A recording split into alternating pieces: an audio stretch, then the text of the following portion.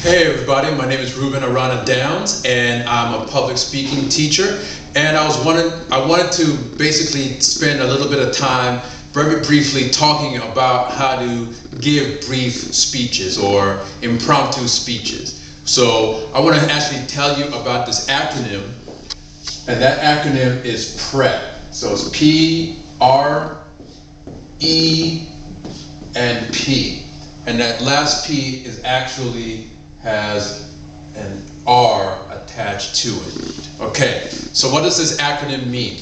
Well, PREP basically means point, reason, example, and point again, or restating your point.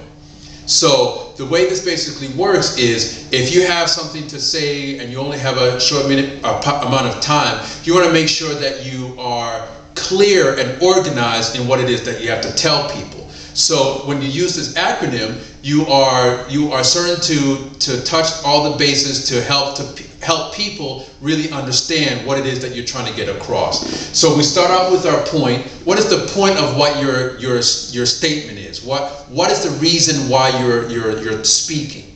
So you create that point and you tell us what that point is. And then after you make that point, you give us the reason why that point is being made, the reason why that point is true, or the reason why you feel like sharing that point.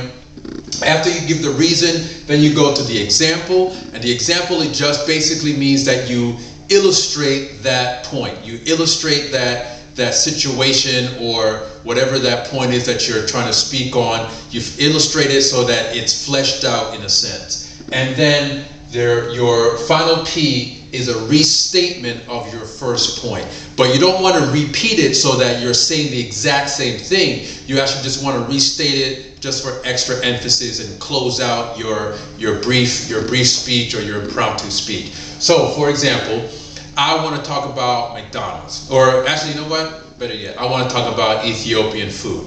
So that's one of my favorite places to eat. So if I was to do an impromptu speech about that, it would probably go something like this. Let's say Ethiopian food is really tasty food. I enjoy it quite a lot. And one of the reasons why I enjoy it is because it has a very great sense of spices and the herbs and the way they make their curry sauces. It's really delicious for me, and I love that type of food. So an example of that would be one time when I went to eat Ethiopian food and they served me the combination platter. I invited other people to come with me, and they actually enjoyed the food as well. They were able to taste the different platters of food, and they also had a very awesome experience enjoying that food. And so I just want to let you know again, Ethiopian food is really one of my favorite dishes. Whenever I have the opportunity to go out to eat and choose the restaurant of my liking, I always head out for an Ethiopian restaurant. Okay? So again, that was my prep. Very simple, very easy, clear, and to the point. I thank you again. I hope this blesses you. Take care.